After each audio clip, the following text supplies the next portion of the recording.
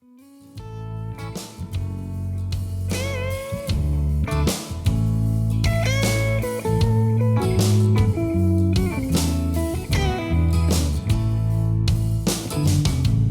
these Biloxi blues, it happens every night. Every night. And I ain't never met a riverboat dealer that could ever be a friend of mine. Nope. The summer heat never treats me kind, it leaves trouble on my mind. So I'm bidding farewell, putting in Hey, my I sound like that notes, guy and I'll singing. see you at another time. This highway does not know my name, and I don't care. No, I don't care. Headed my way for another place, and I got 3 good tires and a spare. The kids call this a hook, I think. Just a white line gypsy getting out of Mississippi with Kind of. just enough gas to get there.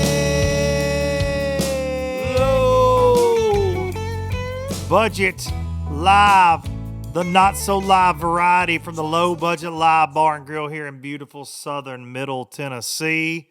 Hope all you low lifers are doing well out there on this fine Monday, April the 10th, 2023. And if you were just tuning in for the first time, you're like, why did this man call me a lowlifer? Well, that is what the fans, the listeners, the loyal folks that tune into this week in and week out refer to themselves as the lowlifers. It's a term of endearment around these parts. So welcome to the low life. My name is Luke Duncan. Hey, you know, maybe some folks don't know. Maybe they do, maybe they don't. I don't know. One thing I know is I am running on empty right now. I mean, I am, it's hard to complain in life. Life is good. Life is good, but I am as frazzled, y'all. Frazzled. Man, work is crazy. The TH Marine life is crazy. It's just crazy. That's the only way I know how to put it. It's nuts. There's so many things going on around the house with projects we got going, just this and that. Just life, crazy. And I need a break, and I'm getting that. As you're listening to this, I'm en route to Florida to hang out with some dear friends of mine down there and do some bass catching and not worry about no stinking boat parts and not worry about really anything for a few days. There will be some Tito's ingested. I'm going to think there's going to be some good food and hopefully some bass caught. Indeed. Going to hang out with my good buddy Ryan Engelman. He's taking a little hiatus from touring.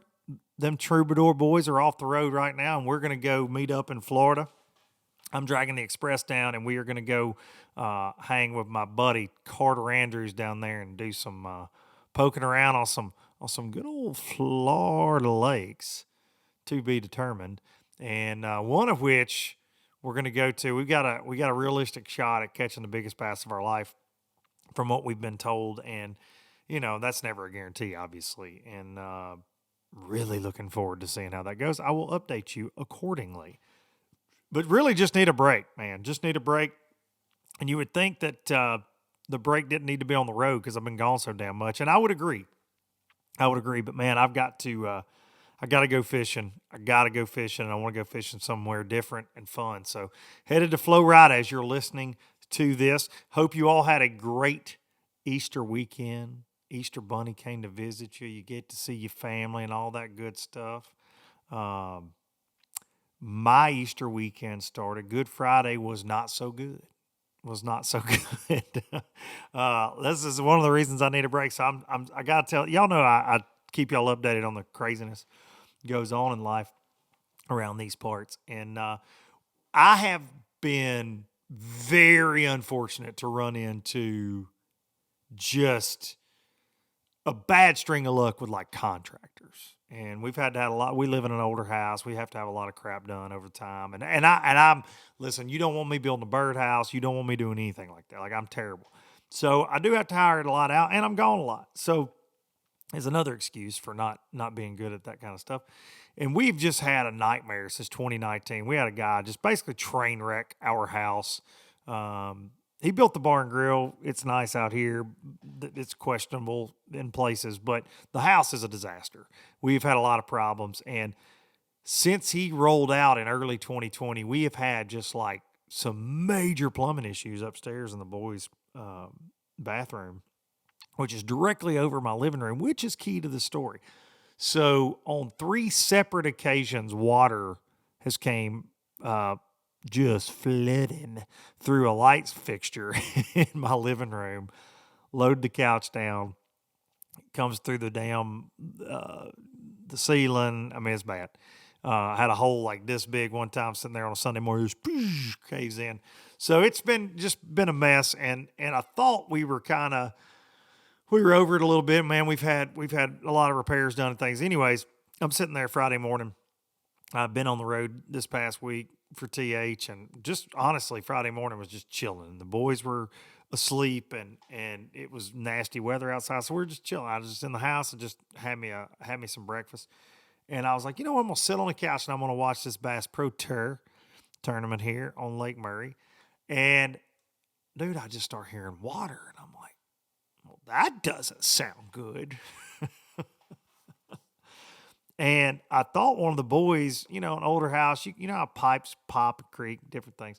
Our house was built in the 60s, and that happens. So when the kids are in the shower, a lot of times you can hear it. And I thought, why in the hell are they up this early in the shower? Well, they weren't. And all of a sudden, water starts flooding out of this light fixture into the onto the couch. I'm like, holy crap! And I jump up. Well, then it's coming through this bookshelf in our living room. We have this main wall that splits our living room, and there's like a formal living room in this house. Really weird kind of setup, old school stuff. We don't ever use it. It's basically a damn closet in the front of our house. But anyways, there's a fireplace in there. Water rushing out of the fireplace, literally, like. You could have thrown a swim bait up there and reeled it back. Like, it was just not good. And immediately I scream upstairs. I'm like, Ryder, are you in the shower? He's like, no. I'm like, it's Hudson. He's like, no. I'm like, well, what's going on? And he goes, Dad, the toilet is overflowing. So at some point, I guess after much research into this, I cut the fill line off. Of course, I run up there, and there's water this deep already, running almost this entire span. Got hardwood floors, tile in the bathroom, hardwood, running the span of the upstairs, seeping down, dude. You just can't believe the mess I got. Cannot believe. And ceiling's toast, cracked. Just, it's bad. It's bad. And I think it was truly like a clogged toilet. Now, the toilet did not look clogged. Not sure what happened, but anyways, same bathroom that we've had all these problems with. So I couldn't lay this on this crappy contractor this time, I don't think, but, just a nightmare, man. And we're really just kind of getting things back in line and repaired from the last time we had a plumbing issue. And I'm talking about, we got family pictures ruined because of this, you name it. And anyways, woe is me, I guess. But I had to tell a story. It's just, when it rains, it pours. I think that's a Luke Combs song. But it certainly did. And I thought, well, damn, is it flooding? Because it's just raining around here like crazy. I'm thinking, is it raining? Is it raining in my house like it's raining in yours? Yeah, bathroom. Good times. Good times. Good times. When you got to wear rubber boots upstairs in your house because there's so much water, and you got your old kickers on upstairs. Yeah, it's not good. It's not good. And I got it all dried for the most part. Of course, so much of it seeps through and starts running through the seams, and the sheetrock and downstairs, dude, it's just like, it's a wrap. It's a wrap. So, oh my God, more work to do. If you follow along on social media, I posted the other day, I needed somebody to finish a deck project, and I have a young man who's a low lifer that reached out to me to help me finish it. I've had a Yahoo up here since October, taking advantage of me more or less, and finally put his ass on the road, and we're going to try to get that done. So we got that going on right now. My deck was falling through. Got a lot of crap going on up here. Self-inflicted stuff, but a lot of just kind of pain in the ass to be honest. So flow right abound. I tell you all this to tell you that if you see me smiling more than normal when I catch a bass next week in a picture or a post or a video, you understand why. You understand why. That's for damn sure. All right, I got to thank some people that make this all possible, man. And I said after the classic there last week that it becomes more and more evident that not only do the low lifers support this, but the sponsors support this as well. And so I ask you, if you like what I do, support the people that support this show, like StarTron, Star Bright Cleaning Products there, Fort Lauderdale, Florida. Great people making great products. I only partner with folks that I can get behind, man. That's just the rule of thumb in the travel and circus life. And StarTron kicking ethanol in the teeth, in the weed eater, in the chainsaw. I think I said this last week, but I had a chainsaw truly that I don't crank very often at all. It was an older one, and it was a kind of a fallback last weekend when I had one go to crap on me. And I keep everything that I have loaded down with StarTron when I'm not using it, and it truly cranked like first pull. All my weed eaters are that way. In your bass boat, if you were leaving that thing with ethanol fuel in it, and if you are not buying ethanol free, more than likely you have ethanol, obviously, in your fuel. I don't care what test you're running. Buy you some StarTron. You can buy it everywhere. A little dab will do you, and it'll save you a lot of pain and heartbreak when you're out on the water and that thing says, me, and it won't do anything. StarTron will kick that ethanol in the teeth and keep that from happening. Nothing ruins a great day on the water like an outboard engine that won't run. StarTron, kicking ethanol in the teeth and bringing you low budget live for many moons now. Pro Guide Batteries, ProGuideBatteries.com. You can get you some of them lithiums. You can get you one of them new lithium cranking batteries. You could get you one of those 31 series AGMs. I've ran those for trolling motor batteries as well. They are bad to the bone. You can use code LBL10 there at ProGuideBatteries.com to save you a little bit of cash and let them know you're a low lifer, which I sincerely appreciate. ProGuideBatteries.com. Trust people that have been in the battery business longer than I've been alive, okay? There's a lot of fly-by-night battery companies. Pro Guide Batteries backs up their product, and they make fantastic products. ProGuideBatteries.com. Baitworks.com. Some of my favorite people in the industry, and I proved that this week. I proved my my sales pitch on here about Baitworks when I say don't order it if you don't want it, dude. I ordered something, some little goods that I've been hearing about that I wanted, some little swim baits action for Florida to take down there, and I forgot about it. I forgot to order them. I ordered them Wednesday while I was on the road for TH, and them jokers were at my house on Friday, dude. Okay, I mean that's quick. That's quick.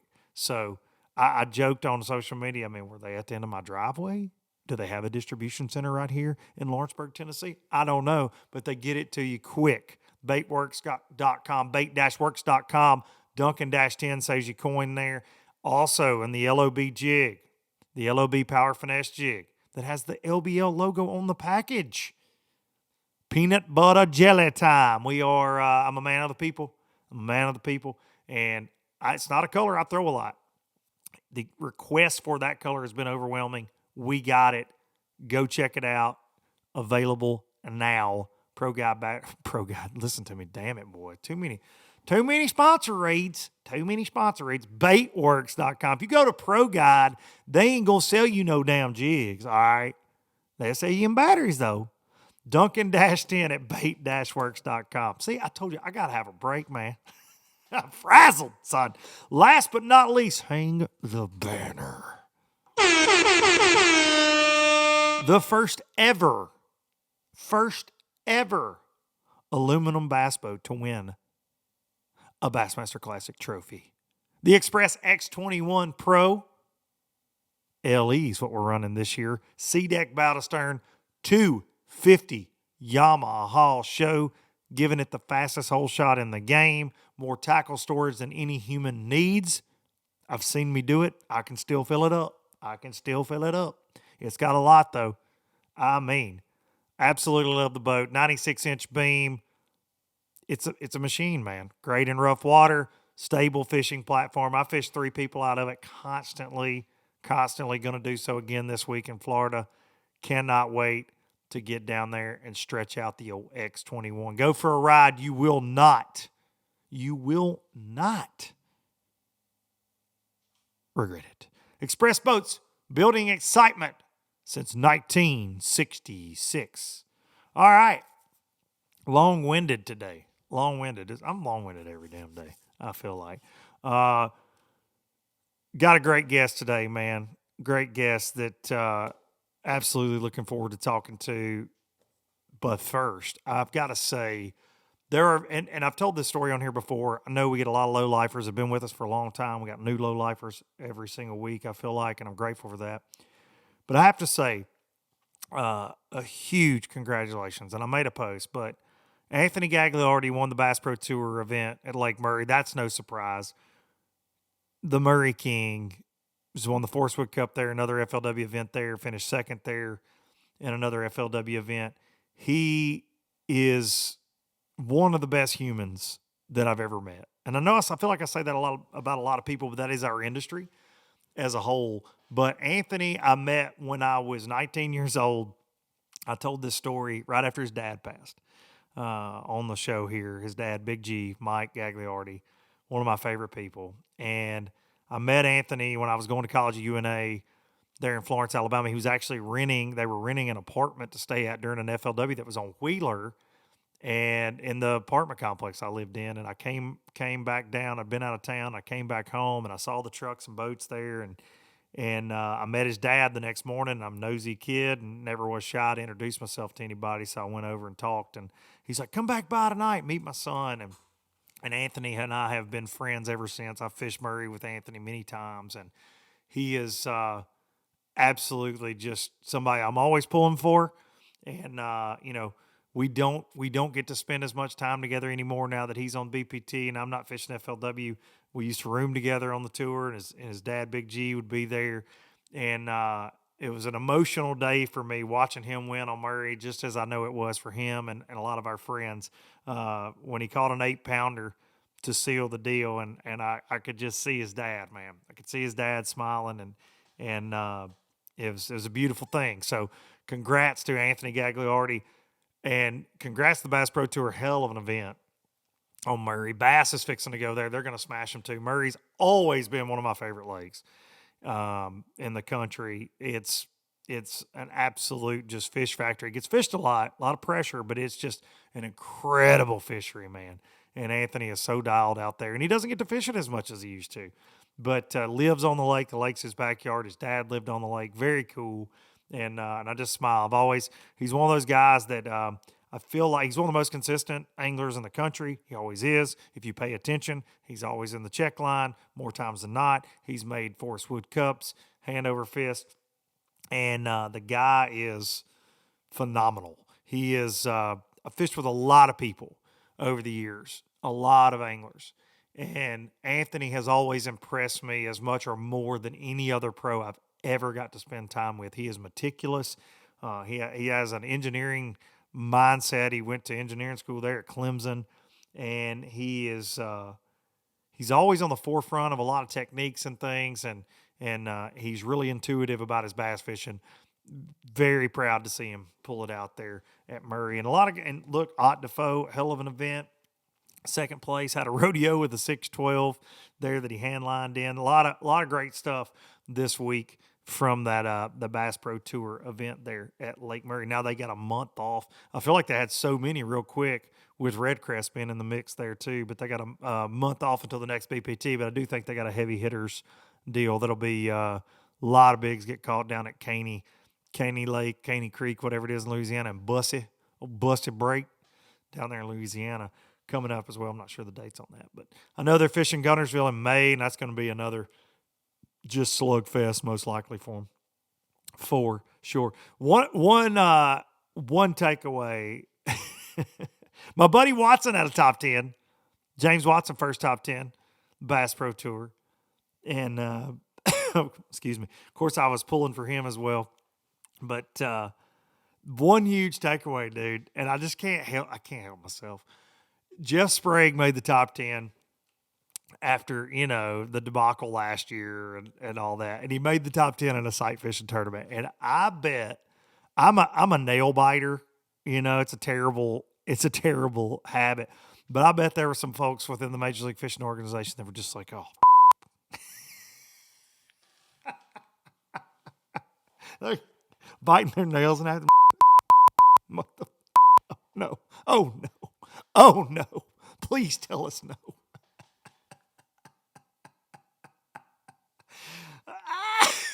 Like, really? Really? And man, I've been in a situation, covering events where it's uncomfortable when somebody gets on camera, when there's some controversy around. And I can only imagine that the boys in the studio were like, oh. But dude, I tuned in and I got to watch a lot of it. I was traveling this week and things, and I got to watch a good bit of Murray. But on Friday, the championship round, I tried to tune in right off the jump, first 15 minutes. And I turned it on, and Sprague was leading. So they were on him. Swear to God, can't make it up. He foul hooks one. Sight fishing. And then my favorite thing that's happened in bass fishing in a long time is he then broke down the rule for why it didn't count on camera. And one thing I will say, too, there's a ton of sight fishing going on, and all the guys were very adamant, to marshal to their officials, in the mouth. And I thought that was hilarious, man. It was so funny. He was like, from the 2019 thing at Lake Fork and all that, but it's so funny. He's like, yes, we cannot weigh in bass that are snagged. That would be bad. Losing my mind. I was dead right there in that moment. I was like, I got to turn this off for a second, just regain my damn composure. But if you're commentating it, you're just like, just crickets. What can you say, man? You can't win.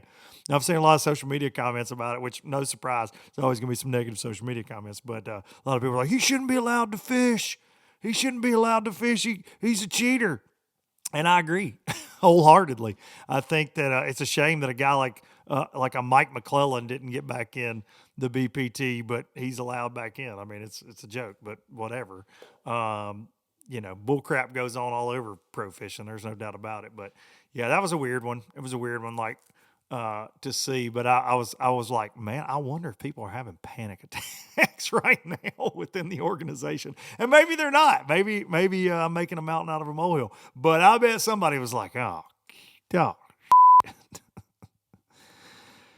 my life. Are we gonna have to, is he gonna be on, oh God, is he gonna win? Oh no.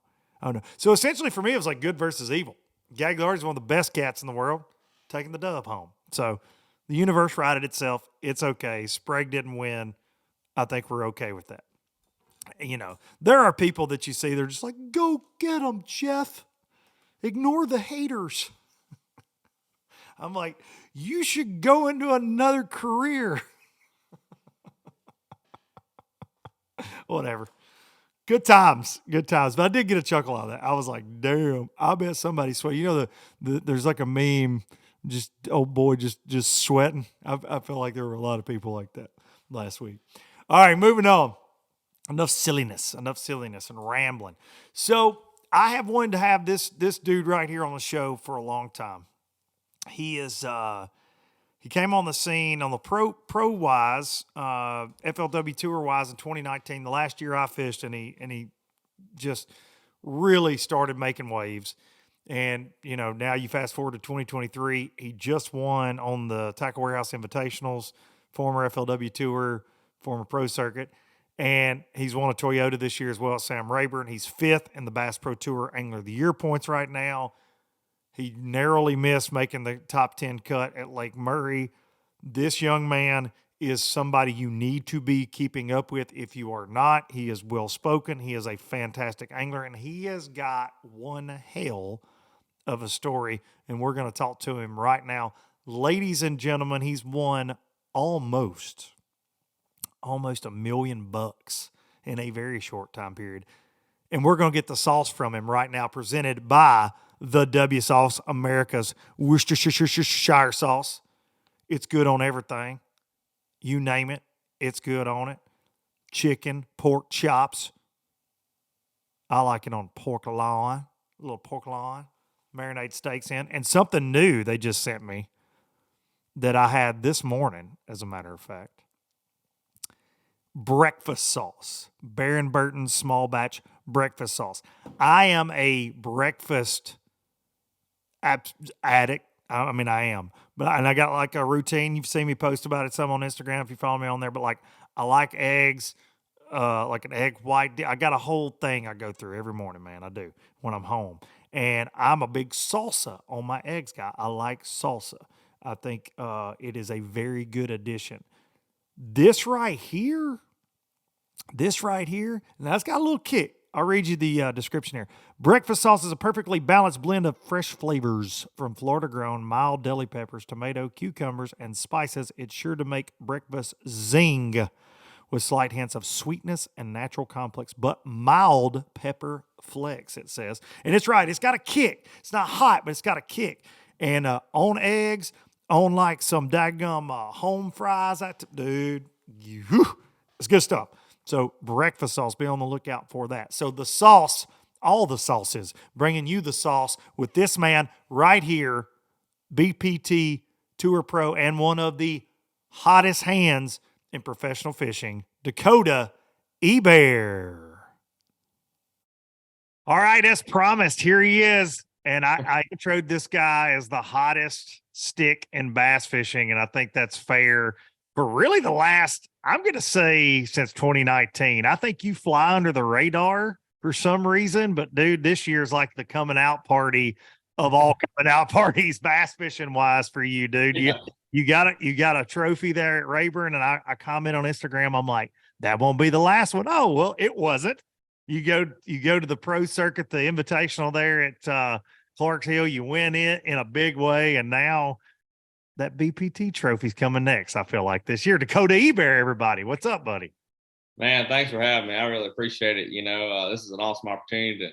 I've been watching the podcast for a while, man. I appreciate all the kind words that you've given me over the last, year or so. And, man, it's just a dream come true, man. I'm just riding it and enjoying it, having fun. Honestly, that's all there is to it.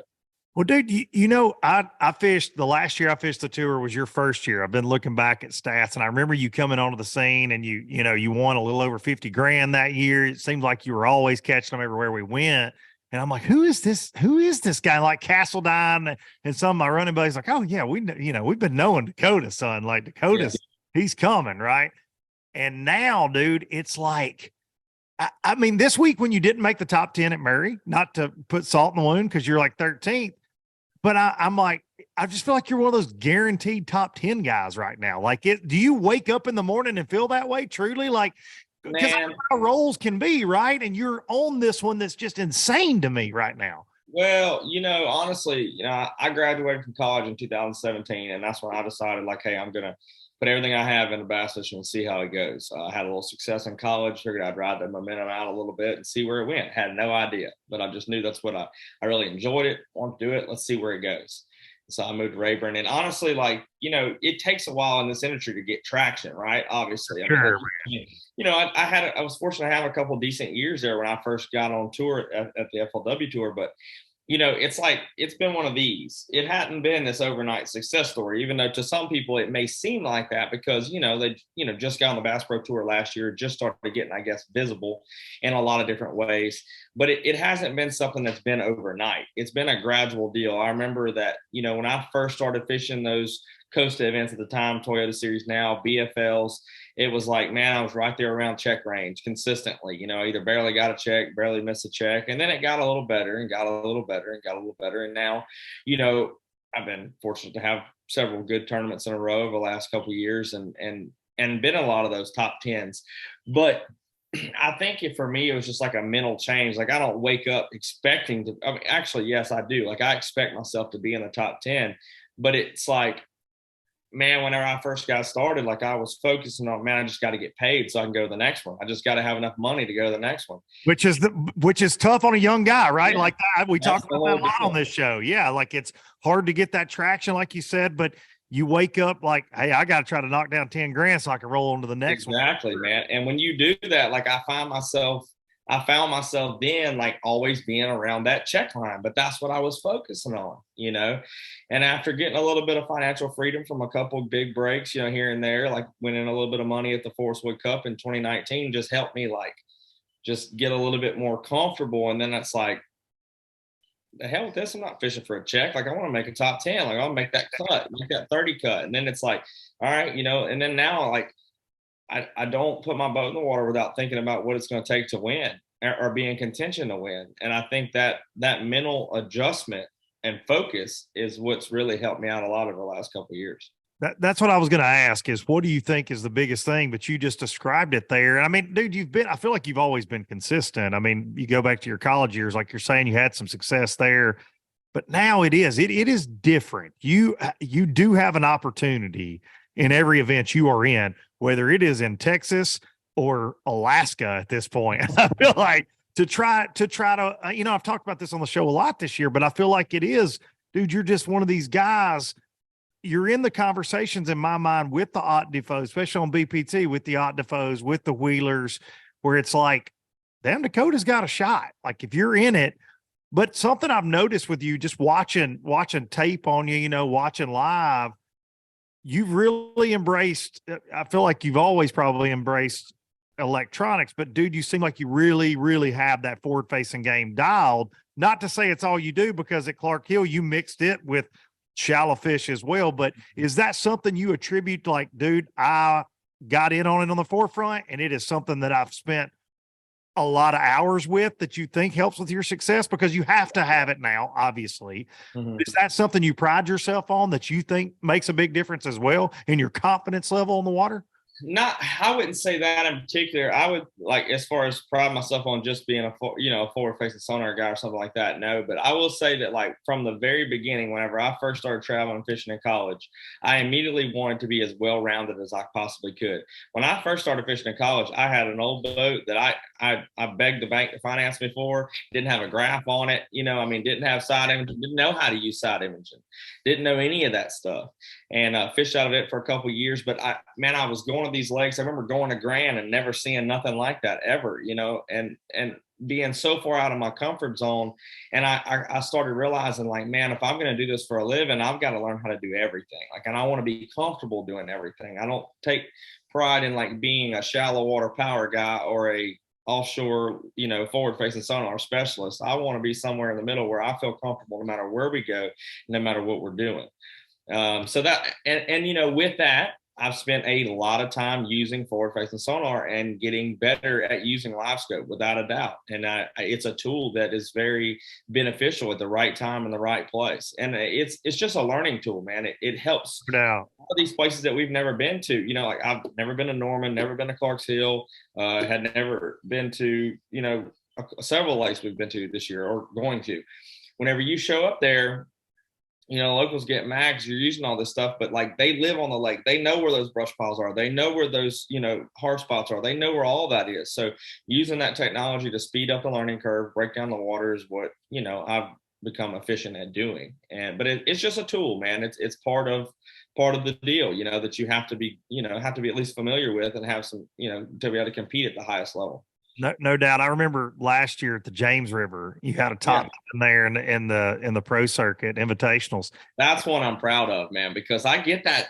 Just because I'm a young guy, they're like, oh, this young punk, he wouldn't be catching nothing if he didn't have live scope. And I like that one because I flipped a big stick the whole week. With a big jacked them.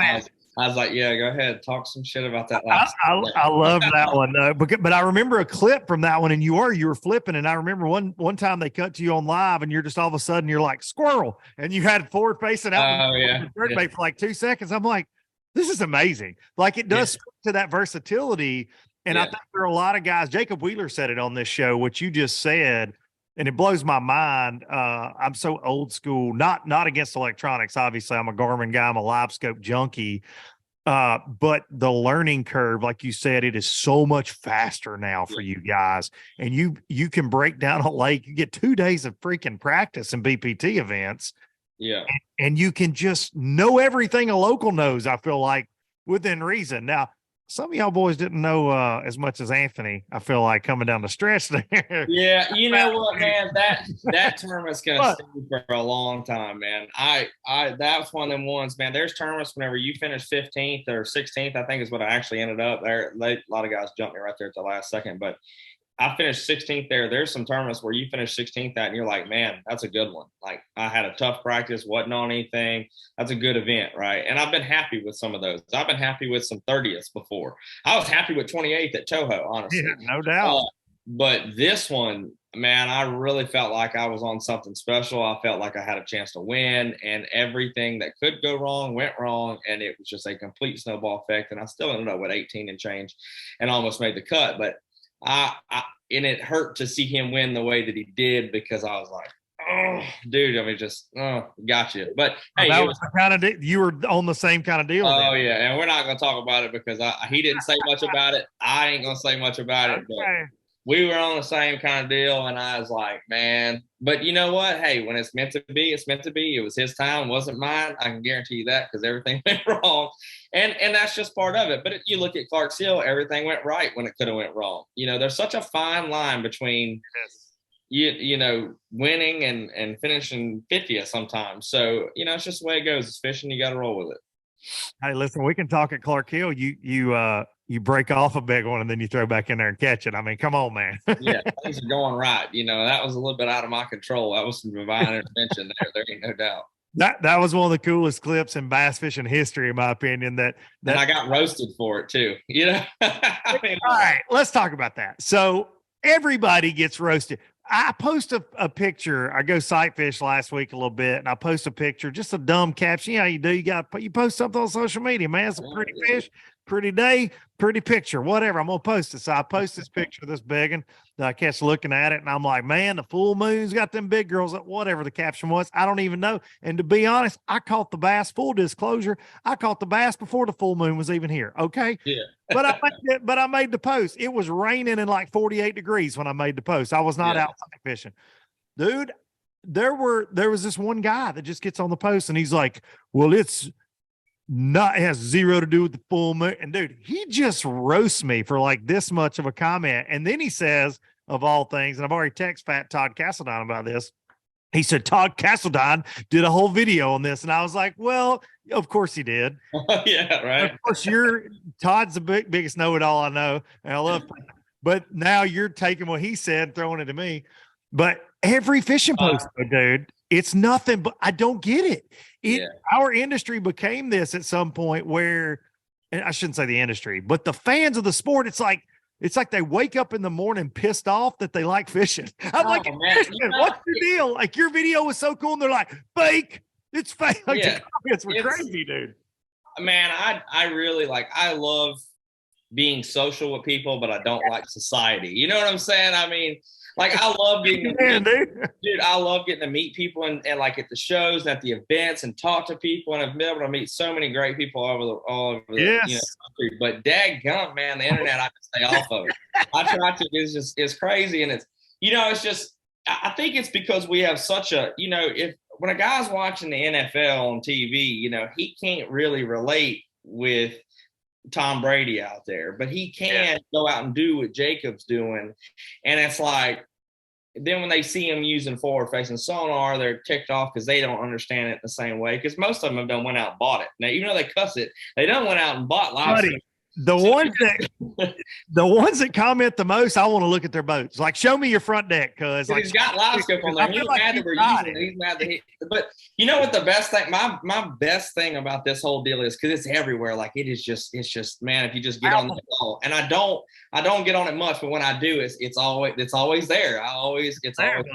And it's always great, because I want to comment so bad. It's like, here's this guy sitting at home on his smartphone Just on type. his smartphone complaining about technology. And I want to tell him so bad, dude, go outside, go get in a John boat and go have fun outdoors and get off technology. Get off the phone if you hate it so bad.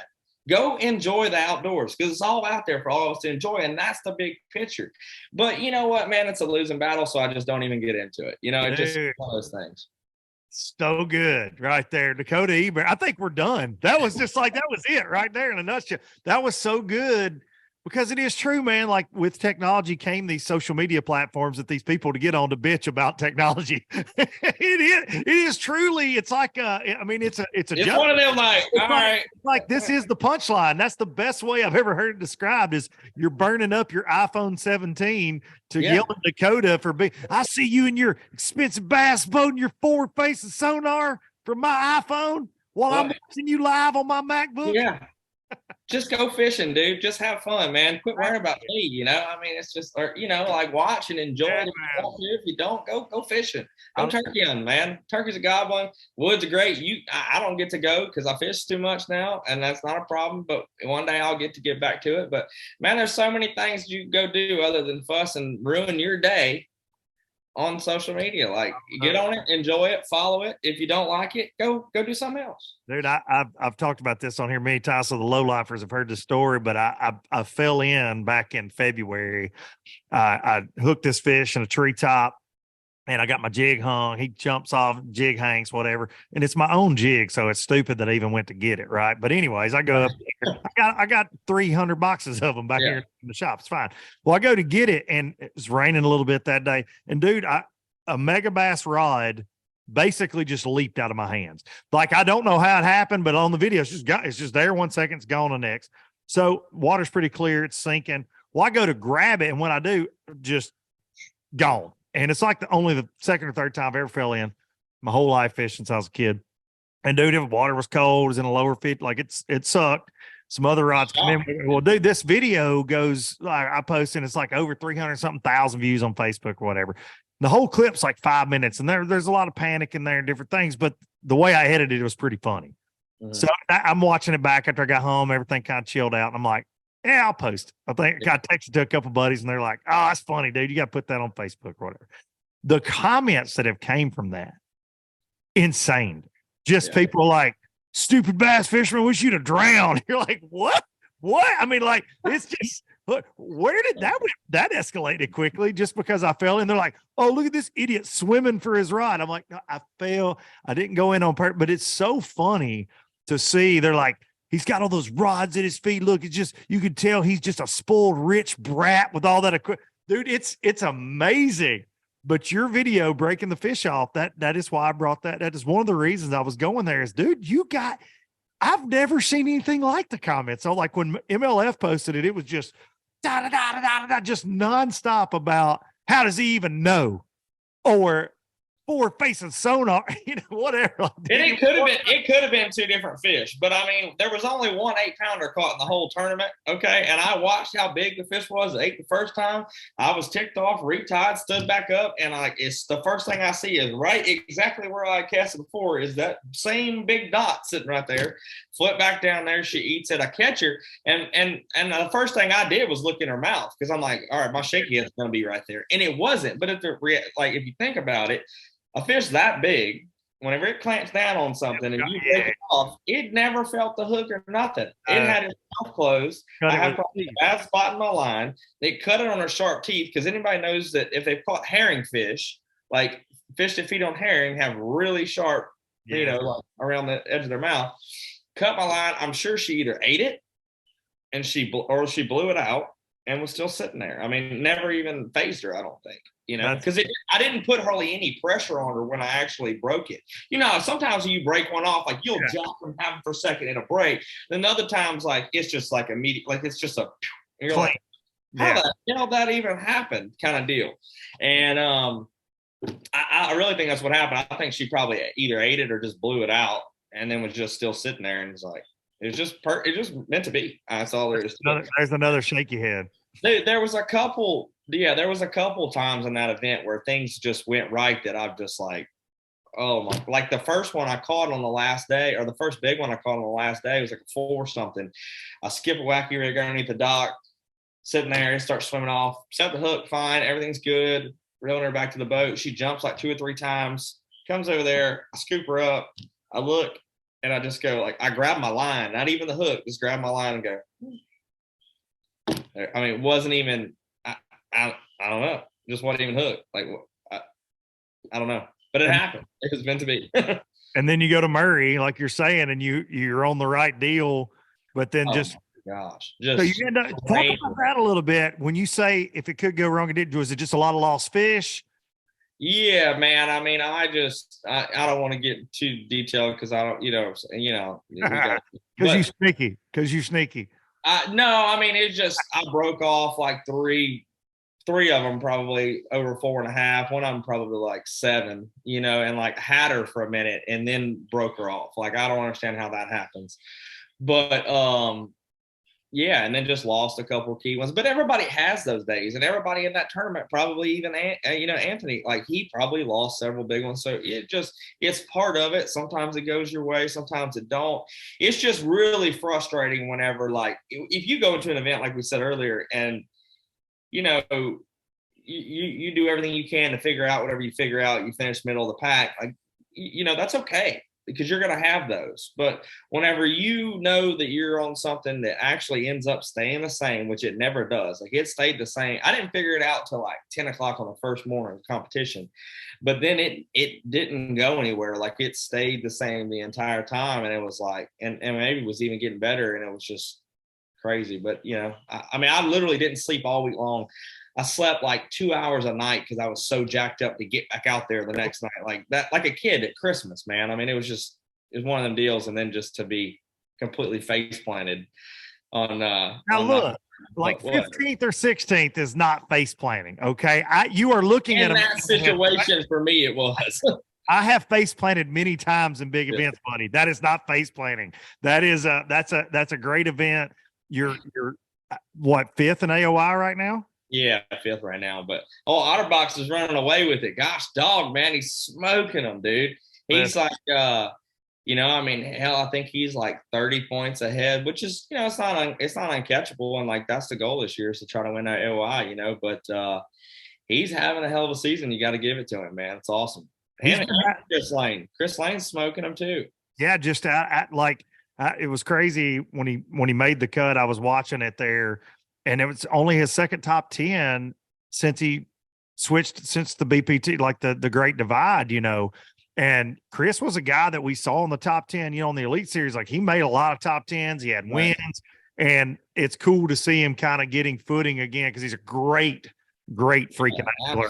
Absolutely. And it's really cool to see. But, dude, Ott's been having a good year for about since he started. He's just as consistent as it gets, dude. Like, it's like I'm telling you, when I see your name on a roster, you're like, oh, well, he's got a shot to win. Like, I just feel, and Ott's always that way. He's just one of those guys. Well, and the thing about it is that's the last 2 years has made me so much better, I would say, because I'm competing against that caliber of guys every week. I mean, that's those guys make you better, because that if you're not getting better, they're about to stomp you in the mud. And I mean, so that's just, you definitely rise to the occasion whenever your competition and stuff. But that's not to say that the competition is not just as stout. Like, it's just as hard to go win a BFL or a Toyota Series or whatever. I'm not saying that. Yeah, I'm not saying that at all. Because, you go back down to Toyota Series. I mean, it's hard to win and hard to do well there. You got the best locals, you got the best regional guys, you got the best BASS guys sometimes fishing them, and you got the best, Bass Pro Tour guys fishing them. So, competition's still strong throughout the whole industry. I'm just saying, like, when you line up against those guys and Kevin pulls up beside you, that dang well he's bringing it. Yeah. Letting off, and that's the difference in, like, being able, like, having a little bit of a bad day on day 3 at Murray, knockout round. Them guys make you pay for it a little bit more. You know what I'm saying? You're not going to slide by whenever you don't execute. Yeah. It's evident, man, when you watch Score Tracker, and it's the same on the Elite Series. Yeah. You can't slip. No. Like there's no slipping. I always am amazed, and I think the casual fan might not pay this attention like maybe they should, or like guys that have competed a lot over the years do. But what I'm always amazed in is like when you just look at like a 10th place average, right? Like what the weight took over 4 days to just stay in 10th in like an elite or a BPT. You look on average, like especially with this week at Murray, it was phenomenal. I'd like to see it all put together like it was a Right. a regular tournament, like a 5-day whatever, because dude, the amount of 20-pound bags plus 20 plus that had to get caught to stay in contention, and then you got cuts, and then you got to turn around and do it again. That damn place kicked them out. Oh, it's unbelievable. Rock. It was one of the best pro tournaments that we've seen in like the last 10 years, in my opinion. Like it was fan freaking tastic. It's one of the best lakes, I feel like, in on the East Coast for sure. Yeah. I'd say top 10 that top 5 that we go to. I would say, there's little small lakes. I don't know. Know about, but as far as big lakes that everybody knows about, man, it's up there. I mean, it's just unreal how many quality fish are in that place. I mean, you can go up to one of those herring points and not, on a slick, calm day, not get a bite and just look around. And you're like, it'll scare you what's up there. Like an aquarium. Yeah. Oh, it's just 5-pounders everywhere swimming around. It's like, and it's so hard to get a bite sometimes. It's not an easy place, really. No, that's what I was going to say. To kick them out like it does, because the caliber of angler, it's a lot like Rayburn. It's one of those historic tournament areas. Those Carolinas, them boys fish. Oh, yeah. There may be a lot of players. They were fishing too. I mean, them boys fish, son. I mean, there was people everywhere. It's right in line with the Tennessee River and the Coosa River and Rayburn, Toledo, and all these pockets where if you buy a house, you get a bass boat, I think. Yeah, guaranteed. It comes with it. It comes with it. It's going to be in the yard. That's what I always say for sure. But it's a testament, though, to how good the fishery is that you guys can consistently. And I think you hit it right. But I'm going to be interested to see what the elite guys do there. Probably going to be a little more post spawn, I think, when they get there. I really think they're going to crack them too. I mean, hard. Like crazy. They'll be full swing on the herring, and I think it'll be really good, really good. Right. I think they'll catch them just as good, honestly, for sure. So looking ahead, I'm going to put you on the spot. I do this with everybody, but looking ahead to the season, all right? Because everybody, when you get your schedule out, you're like, all right, I'm circling this one. I'm circling this one. I don't feel like you had Clark Hill circled. Like that's going to be because you've never been there, right? I didn't expect, really. I had no idea.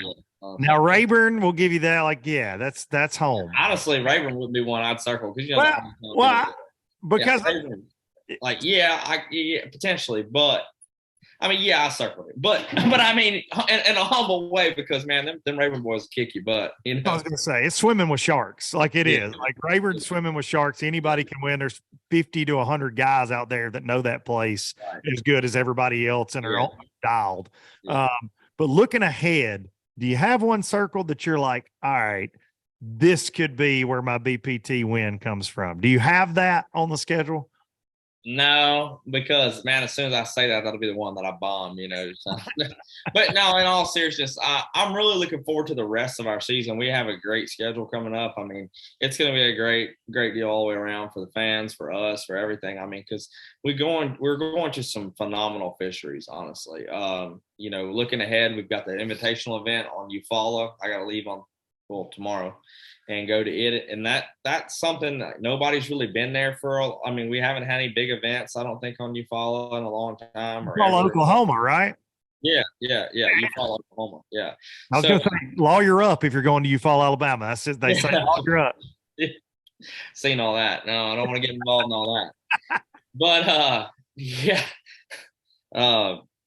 I really think that's going to be a good event. Lake of the Ozarks going to be really good one. The heavy hitters event on Caney is going to be off the chain. Yes. And we're going to go to Bussy in the championship round. I mean, that's something I really want to do well at. That's going to be crazy. You know those lakes pretty well, right? No, I've never been to them. Really? I figured you'd been there. No, unfortunately, I've never been to them. I just know about them, and I know they're going to really put out. So it's going to, I was reading this morning about some high school kids caught an almost 40-pound bag at Caney. 37, something. Something stupid, crazy. Man. And that, that's gonna be really good. But as far as the Bass Pro Tour, Guntersville is gonna be lights out. You put 40 guys at a time on Guntersville. Geez, man, it's gonna be, gosh. Guntersville's gonna be great. Cayuga, first week of June. Gonna be silly.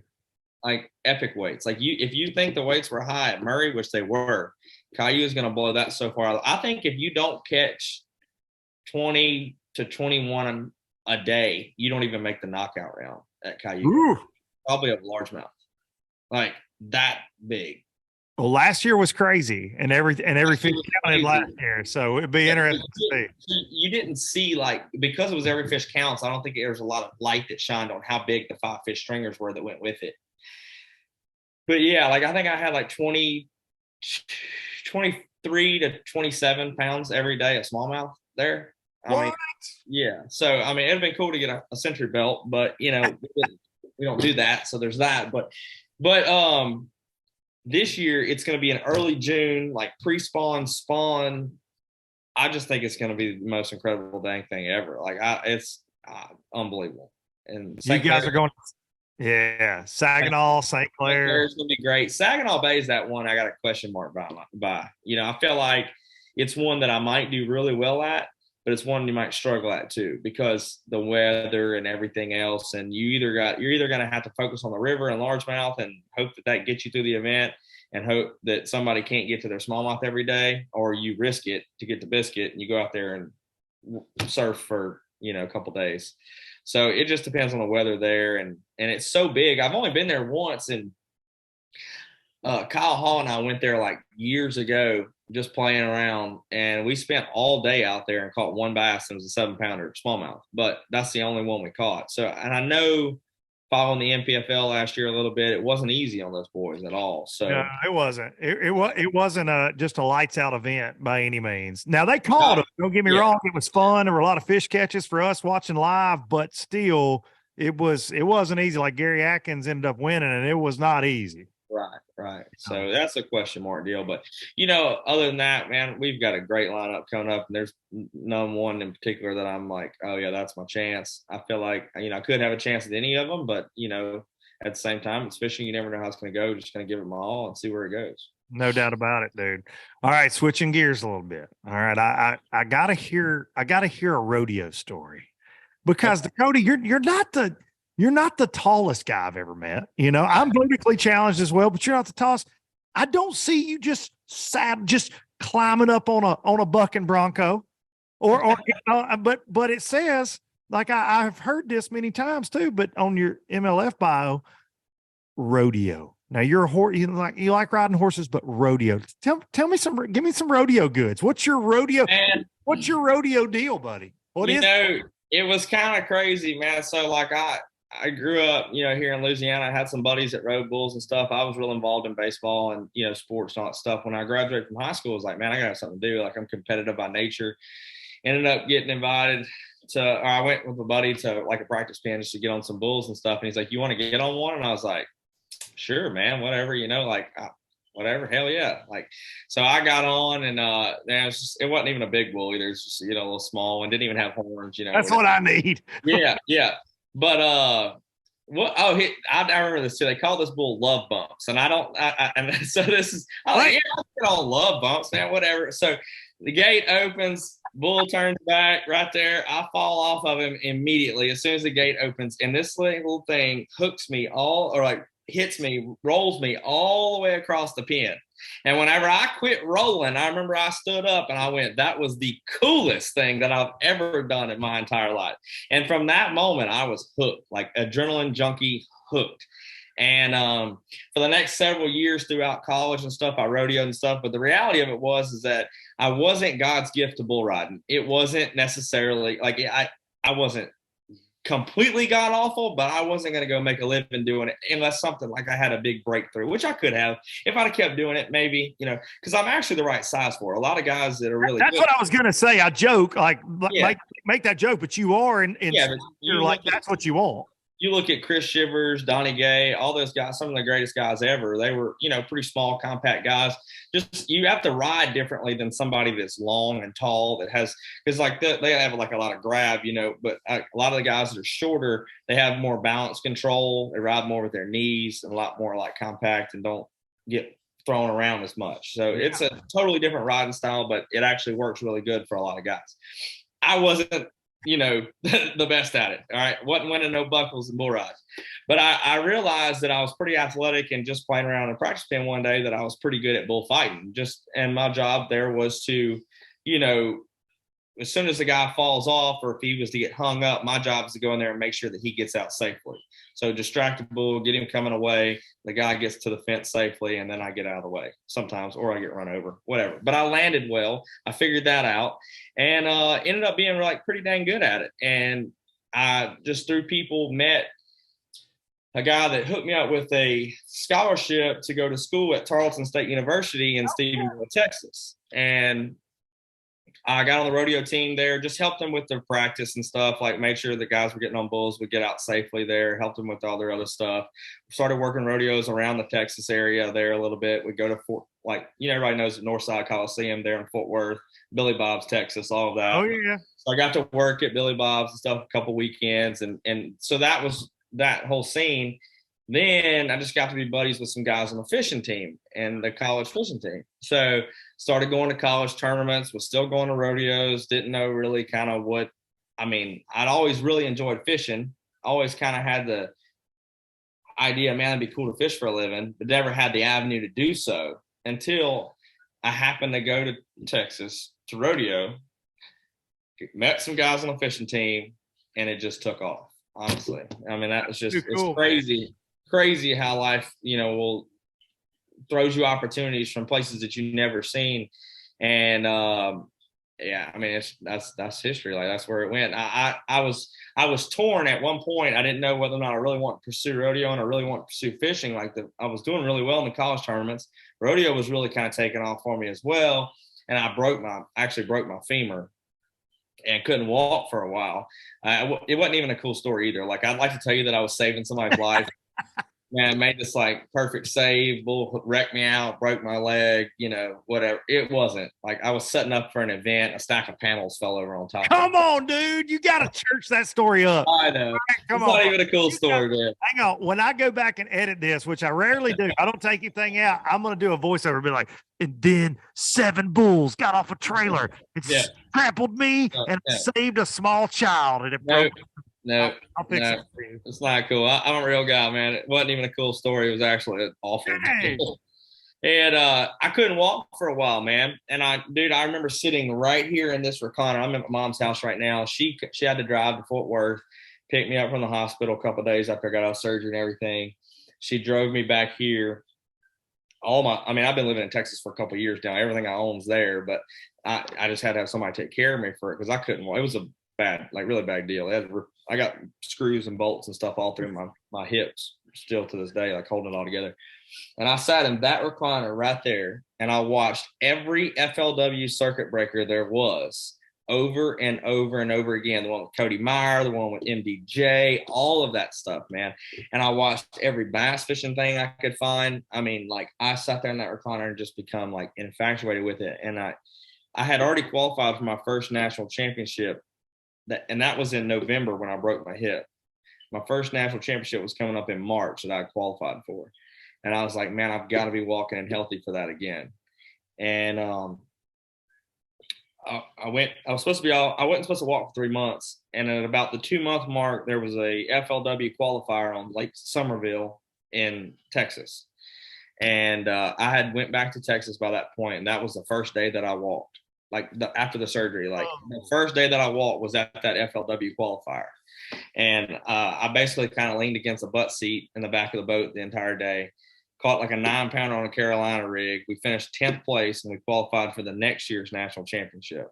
And at that point in time, I'm like, man, this is what I need to do. Like, this is some crazy stuff that's going on. Like, God's talking to me and this is the direction I need to go. There's the reality of it. I don't want to get too spiritual on you, but in my mind, Dakota won to rodeo. Like I was obsessed with it. I enjoyed it. It was fun. It was crazy. It was everything that it sounds like. Okay. But in reality, I feel like God wanted me to fish, and He kept opening doors after doors after doors, and it was like, "Go, you dummy!" And it's all worked out. Like I could sit here and talk for another 3 hours on all the like doors that were open every time I'd reach a point where I didn't know what I was going to do next, another door would open, and it would just let me get a little further down the road. And here we are today. So it's been crazy.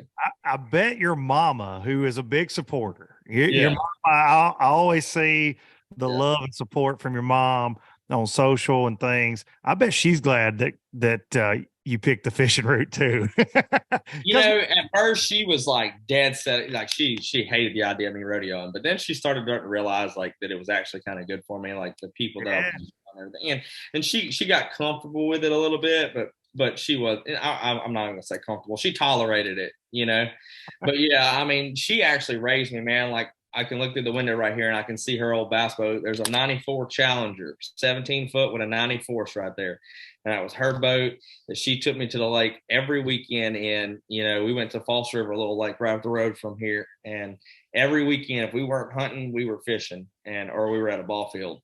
And that I grew up right there in that boat, with her. And so, to be able to fish for a living now, it's just crazy that, it's just what we did on the weekends, man. It's just what we enjoyed. We ate what we caught. We were just South Louisiana living, man. And here we are now making a living fishing. So it's crazy. It gives me chills, man. Good mamas are special. They Great are. mamas. They really are.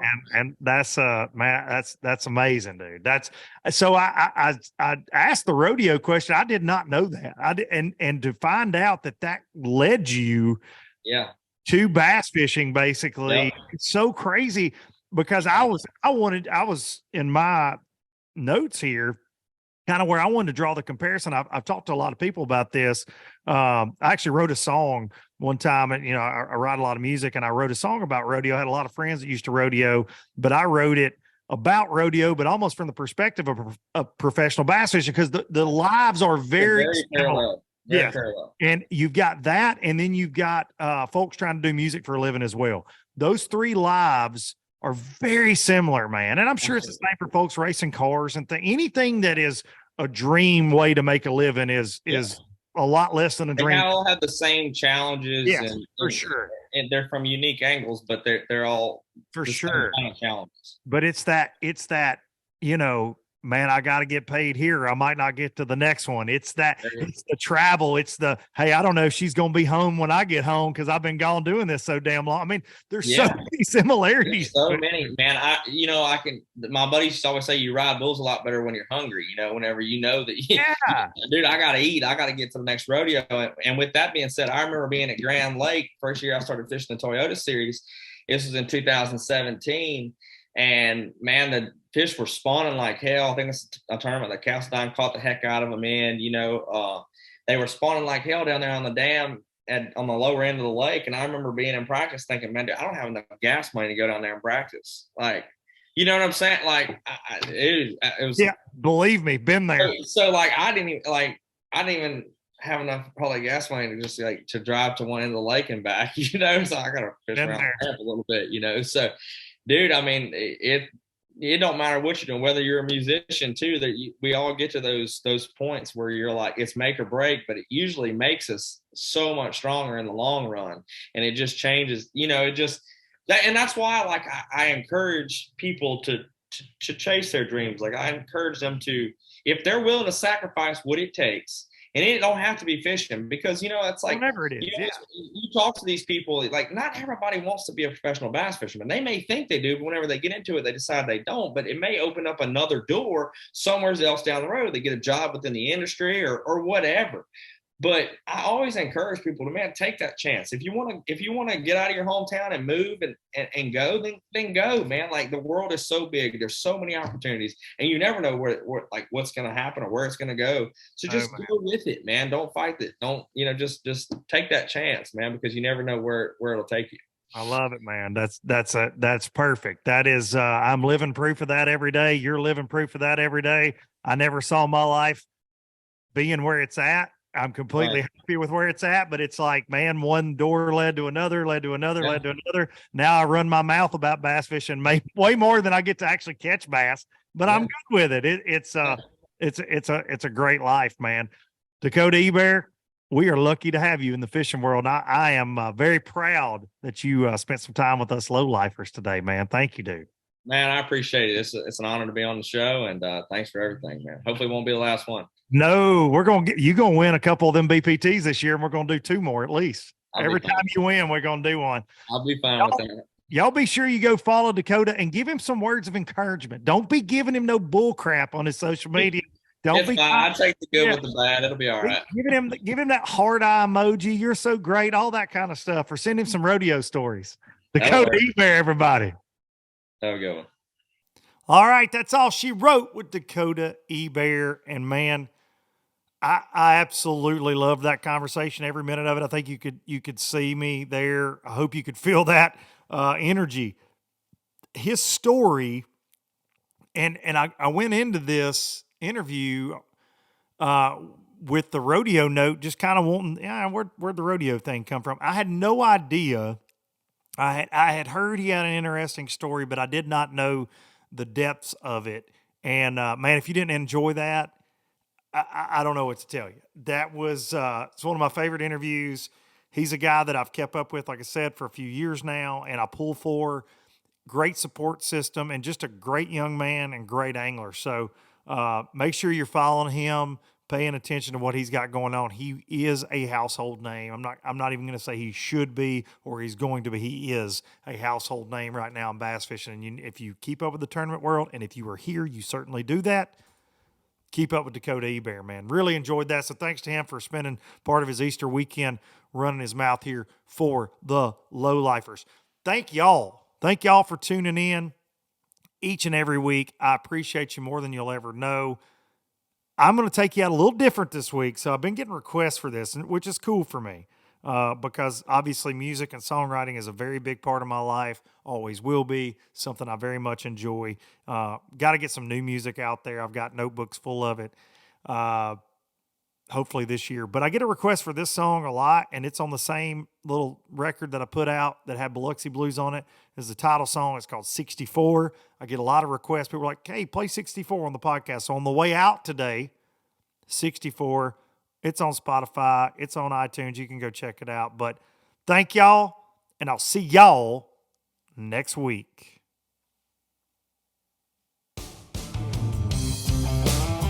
Sweet.